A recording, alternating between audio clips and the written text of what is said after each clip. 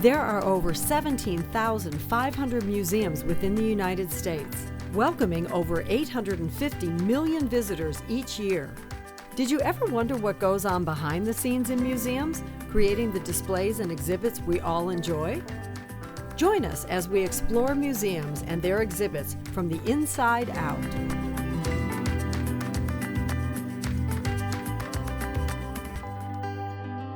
Hi, I'm Leslie Mueller. Welcome to Museum Access, a show that takes you behind the scenes at America's top museums. Today we are at Chicago's Museum of Science and Industry. It's the largest science museum in the Western Hemisphere, home to over 350,000 artifacts and over 400,000 square feet of exhibits that spark scientific curiosity and creativity. During World War II, Chicago-born naval captain Daniel Gallery and his task group captured a German U-boat, the U-505. It unlocked German technology, curbing the annihilation of more Allied ships. The 700-ton U-boat now resides in this museum. Today, Director of Collections Kathleen McCarthy is going to take us on a private tour of this incredible U-boat. We'll get to go inside spaces that are normally off limits to museum guests. And we'll also see rarely exhibited artifacts from the museum's archives. So now let's see if I can find Kathleen in this ginormous museum.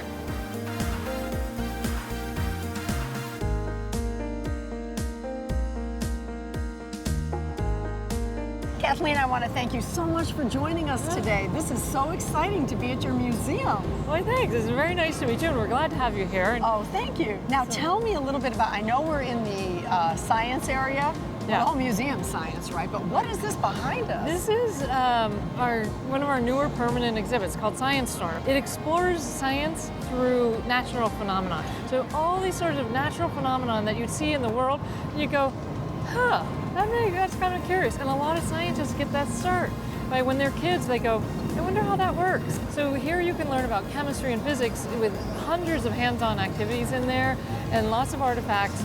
And you can explore that same kind of curiosity that a scientist had when they said, what makes that work? Now, I know across the hall I saw a locomotive train and airplanes, and tell me about that area. Yeah, we have some really wonderful transportation artifacts. Like the giant locomotive, the 999, was the first locomotive to break the 100-mile-an-hour speed limit.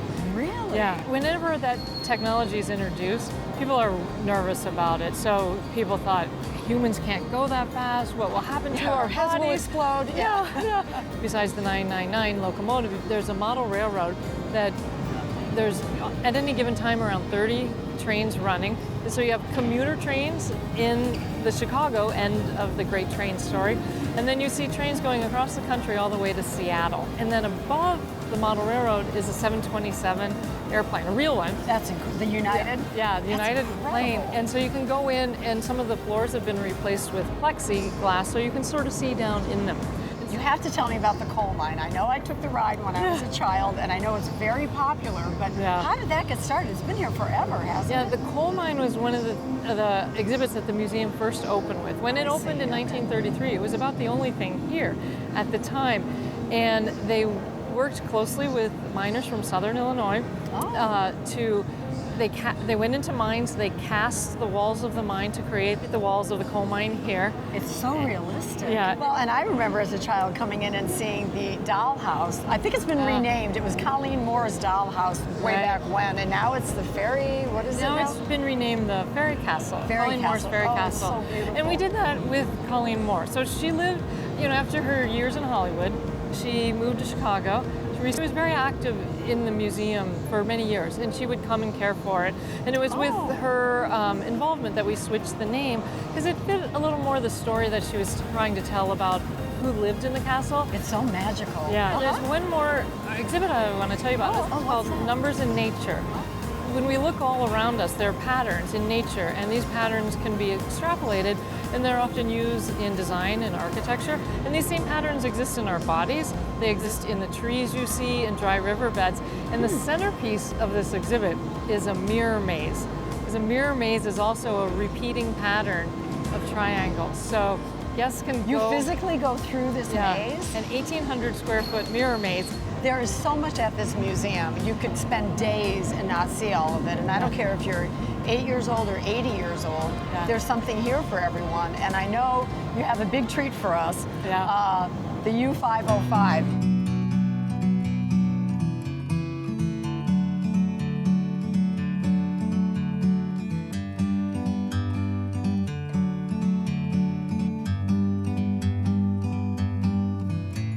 So Kathleen, here we are with the U-505 behind us. Tell me, how in the world did it ever end up in Chicago? Well, it's a very interesting story about how it ended up in Chicago. It was captured during World War II by Captain Dan Gallery, who happened to be a Chicago native. By treaty, captured goods during a war need to be destroyed 2 years after the conflict ends. And so it was getting close to the time that the U-505 was set to be destroyed. So just out of a courtesy, he decided on his own to contact Captain Gallery and just let him know what had happened to the U-505. And that started a whole process going where Captain Dan Gallery's brother knew the president of the museum. So they had a conversation. Oh, wow. And a few years later, 1954, here it is. What happened? I mean, this was off of West Africa, correct? So Dan Gallery had also successfully had sunk a submarine, but he really understood that there was valuable information that could be, if you could capture a submarine, you could really help turn the tide of the war. So he just set about, they were the can-do group, like they were determined, and so they trained and they just made it their mission, and they successfully did it. When they captured the U-505, they had found hundreds and hundreds of pounds of documents that they were able to take off the Enigma, the coding machine that encrypted the messages the Germans were doing. So it was an important capture. It would really help turn the tide of the war. If things had gone as they should have gone from the German point of view, they would have sunk the sub. So they are trained to, if they need to abandon a submarine, they know they can't let it get in the enemy's hands, so they booby trap it. The sea strainer is essentially a plug that keeps the water from coming into the U-boat. So they managed to pull that off, so the water started pouring in, but they never did set booby traps, and that's... But the Americans that were boarding didn't know that, did they? So they're going in not knowing whether they're ever going to come out. Wow. Really brave. They were young, very young men, and just really brave. So they went down not knowing what they were facing. And so the party scattered, they were looking for booby traps, and very quickly someone found the sea strainer and saw the water pouring in. And they looked at it for a second, knowing that they could lift it up and just blow the whole thing up. So they felt around for wires, they didn't feel any, and you just have to take a leap of faith, and they picked it up, it wasn't booby trapped, put it down, screwed it in place, and that started the whole process of then getting it towed to safety. Oh, it couldn't go on its own power, so it got towed. What a journey this sub has made. Well, I am dying to go down there and get inside this sub, so can we take a look? Oh, absolutely, yeah. Nothing beats the experience of being in the kind of quarters that these gentlemen... You are not kidding. Day after day. Do I need to take a motion sickness pill or anything? No. It's not going to move. Right. Okay, great. Let's go. I was lucky enough to run into a young naval officer, Chief Justin Jenkins, who happened to be visiting the U-505 exhibit. So I stalked him for a while and finally caught up with him. So tell me, what does an exhibit like this mean to you as a member of today's Navy? It's very special.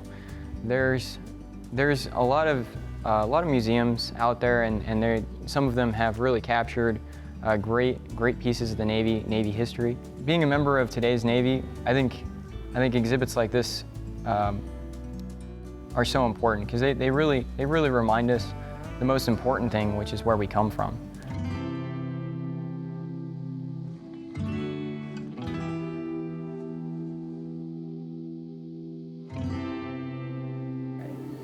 Kathleen, this is incredible. It even sounds like you're in a submarine. Is that intentional? Yes. So when guests come on to experience the U-505, what they end up experiencing is the day it was captured. Oh, boy. So as you're on here, you hear a little bit of the sound of what the sailors would have heard. It's relatively quiet. It is relatively quiet, and that was actually an important thing about a submarine. You needed to be able to be quiet because sonar technology was, the US was listening. The Allies were listening for submarines. The Germans were listening for ships for as us well. too, yeah. So even, I want to point out, so here are the beds. So this bed, as tiny as it may seem, it's got some personal quarters here. We did a lot of research to make it very real. So this is the same pattern and the same kind of material. But you were kind of lucky if you got to sleep here because you could have slept in the torpedo room. The what? Which we'll look at in a second. Okay. But if you see the curtains here, so people were sleeping while the activity was going on. So they had really dark curtains to block out the light. Sure. But also you wouldn't have want metal on metal because that would have made noise. So there are... It's all quiet. it's all quiet. Wow. So it's string that they used to close that. But if you were less You lucked lucky, out if you got these. you Okay. slept in actually the torpedo room. So there are 2 torpedo rooms on the boat. We're going to go in the one at the end. And they're similar. They're not exactly identical. When they needed to get out a torpedo, you had to roll up your bed. So there was normally one to the right here. There would have been, and then are you climbing on the torpedo to get into bed? Yeah, and So they weren't that sensitive. You could. right, yeah. When we opened this new exhibit, 4 of the original German crew were still alive, and 2 came for the opening. And one of the Germans that came, his bed was that very front one on the he right. pulled the short straw. Yeah. So were they loading these torpedoes into those circular tubes in the back? Right. But how are they loading them? They must weigh a ton. They do weigh a ton. So there's this I see the whole structure of I-beams that they use to pick up the torpedoes and load them and then send them out. So here they could shoot 4 torpedoes. The rear torpedo room, they could shoot 2. So we'll take a look at that.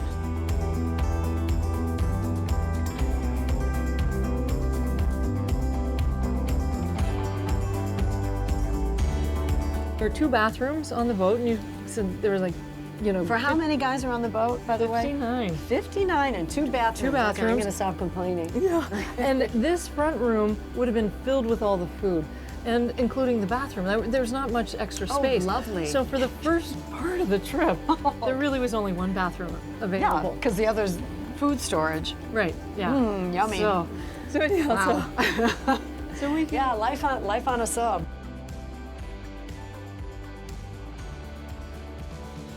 So Kathleen, what are we looking at here under this grate? These are the electric batteries. So the submarine, when it was submerged, it couldn't use its diesel engine, so it ran on battery power. Is it because of the sound of the diesel? Because of the or- sound, yeah. Wow. And you might hear that with contemporary electric cars. You know, Yeah, they're people so don't hear quiet. them, and so Right. they're quiet. So that's why they had a whole. This whole area is all electric batteries.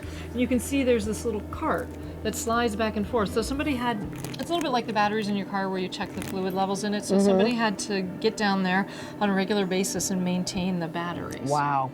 I hope it wasn't the guy that had that crummy bunk. No. He would have drawn that short straw a couple times on this sub. Yeah. Wow.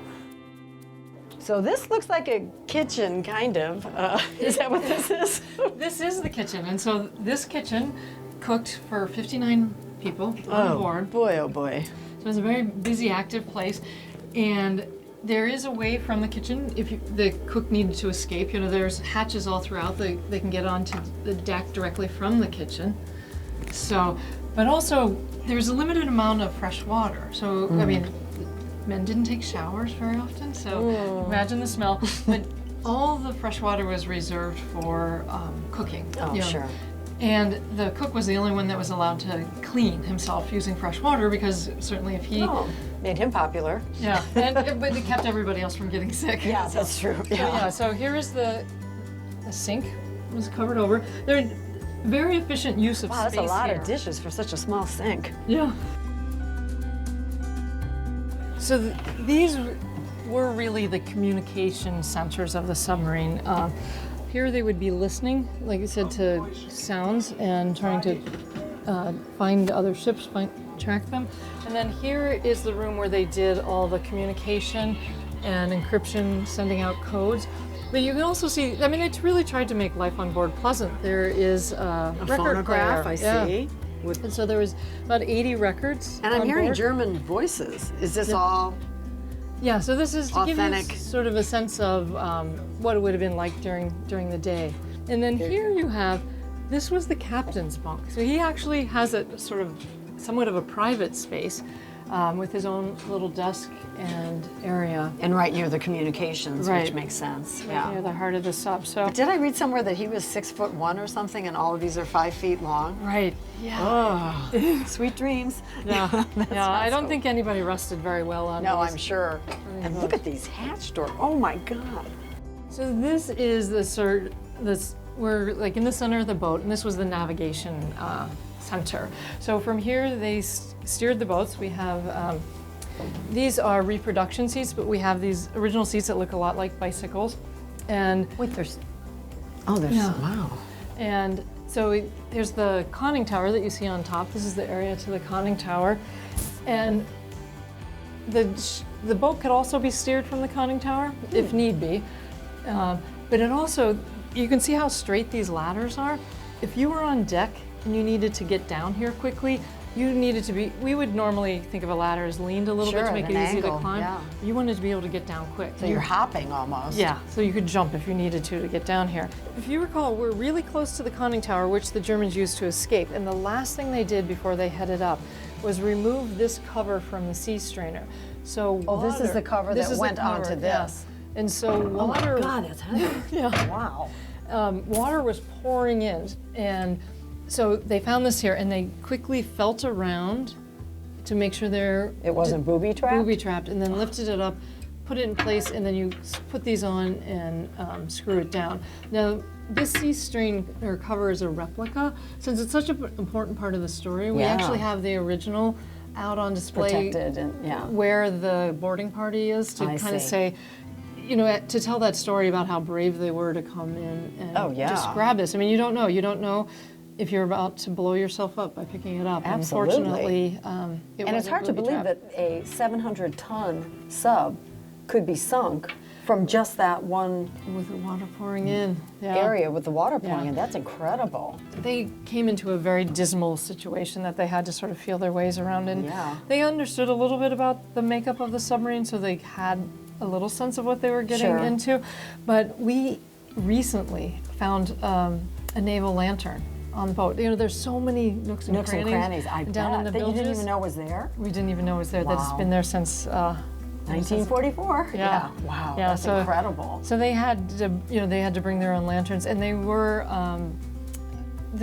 getting the electricity going figured in getting it towed because they had to get the Oh, sure. water out of it. Yeah, So they yeah. managed.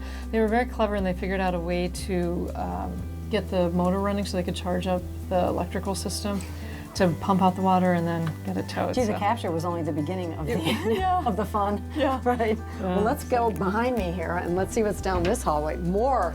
Wow. So this is the diesel engine room. So when the sub was on the surface, it would use the diesel motors. And you can still, after it's been here 70 years, you can still smell the diesel. I don't think the I do diesel smell it. will ever go away. Wow. So they had these big banks. So between the diesel motors and the electric motors, that's how the sub operated.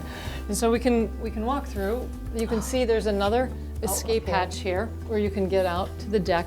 So scattered throughout the sub, Wait, where there's is it? points. Oh, right underneath. Oh, here. Yeah. This? You can look underneath What? and you can get. Wait a minute. How did they get out of here? Does the ladder drop down or something? I think they must have. Oh my God! They were very athletic. Yeah, yeah, but there was multiple Wow. ways up and out to the surface. I've from decided here. after going this far on the sub that you have to be like half acrobatic to be able to be on these things. And there's one little piece that we restored here when we cut it. So each captain would have put their own personal symbol in the boat, and so this was the symbol for the captain that was on the boat when it was captured. wow. So now we can go into the rear torpedo room, and so I you know can see, this is our behind the scenes Yeah, peek that not yeah. everybody gets to see, so we're looking forward to Yeah. this. So you can see these hatches, they had lots of levers to keep them tight when Kathleen, I'm glad you're opening that. out of the water. So I'll brace you in case you. here we have, so here you can see the lathe. So this area of the submarine yeah. was also the workshop. So you could turn. Yeah, I little, can see all these. Yeah. So when we got the U-505, the original lathe was missing, and we haven't been able to find a German lathe to replace it. So this actually is an American lathe, but it's from the same period, and so it's of the same size and shape. Probably and don't doing look the that similar, much different. yeah, do they? similar Yeah. function. So they were able to, within reason, remake something that would break, so that they could stay out at sea. Sure. As long as they could. So right. Now we get a really close-up view of what Yeah. these torpedo Yeah, so you can hatches look see like. down Wow. the tube. So Oh my gosh. you can see all the You can way see out. outside. Yeah. Oh, that is so cool. Yeah, so that they have, Wow. which are head, but you can see what they would use to pick up the torpedo, Put it in there. But then how do they get it to go out? So they would They close. shut the door. Yeah. Yeah. And I don't know that it moves right now, but Yeah. So anyway, they shut it. yeah, and there was a lot of air pressure to send them out. They had to keep the tubes greased, so there wasn't yeah. any smoothness. Sure. So it was a very sophisticated process, and Really, when you think of it, yeah. 1944. Wow. And as I mentioned, that you could steer from in the conning tower. You could also shoot the torpedoes from in the conning I tower. see. Okay. So they really wanted to make sure that no matter what the situation was, for any reason, they could still do what they needed to do. Do what they needed to do. That makes sense. Yeah. So, Now, I know we're at the tail end of the sub. I understand you have a few very rarely seen artifacts from the archives that you're going to show us. Could we go out and look at that? oh, absolutely. Oh, thanks, Kathleen. This is incredible.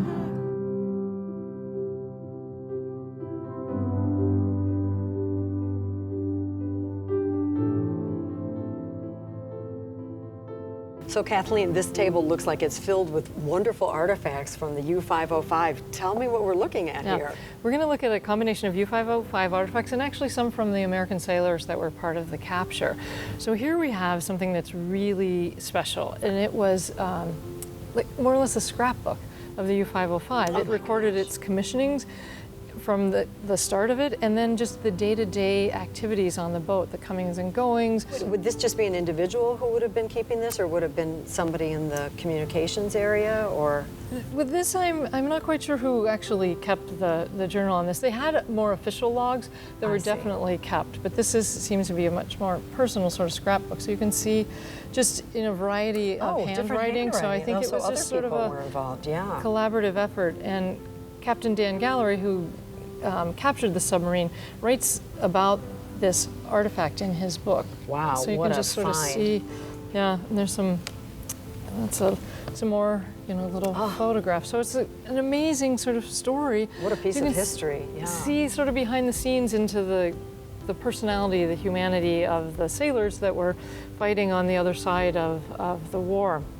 So also from the U-505, these are the wing nuts that were part of the sea strainer, and that's a very special story about the capture, and that was where the water was pouring in, the boat was sinking, and on the boat we have the replicas of the nuts that held the sea strainer in place. So that's where that top was over to the side that we were looking at? Okay. Right. Wow, those so are huge. They're huge because you imagine the pressure of that water pouring in. So when they put the top on, they really wanted to screw it down hard to keep that. But so the sea strainer, the ability of them to find that really quickly, right after they jumped down, the fact that it wasn't booby trapped, and they managed to get it on and secured, stop the water from pouring in, is what really is the most important reason why this is here today, because otherwise they really did try to sink it before they left. So then the other artifacts here are from the American sailors that eventually donated them to the museum. So these are signal paddle flags. So these would have been used to guide the airplanes landing on the boats, on the carriers. And the gentleman that donated these to the museum is in some of the film that you see in the exhibit using these. Yeah. Oh my God. Yeah, so it makes them really special. So certainly today's method of communication would be different, but back in 1940s, this was probably state of the art, This was state of the art and very effective. Here we have the dress blue jumper of one of the boarding party. The boarding party were the 9 sailors that were the first people on board after the submarine was being abandoned by the Germans. The bravest. The bravest, yeah. And so the sailors have had a good relationship with the museum over the years and have donated artifacts for the museum. And this gives us kind of the context. So he certainly wouldn't have been wearing this when he captured the boat. And you can see him in the picture. He's the center of the picture for the boarding in party. short sleeves, right. But it helps us tell a broader story of what the sailor's life was like and bring that sort of personal human story to this very important moment in our history. So here you see what he would have been wearing at a much colder season, not when he was in the tropics hunting U-boats. So, but the families have been very generous with their stories and as well their artifacts over the years. So. And what was the officer's name? It was Sailor Gordon Horn. Sailor Gordon Horn, okay. And has he been to the museum? So we had a 70th anniversary of the capture, and we had a big celebration. And he's the last remaining living member of the boarding party, and he actually came to the museum for that event. How wonderful. So we were able to get out some of his artifacts and show him and his family, and so it's always, we get very happy and excited when the sailors visit the museum.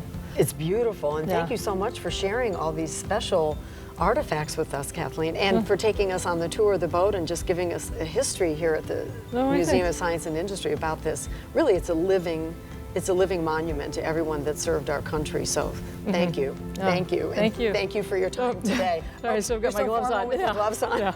Thank you again. Okay.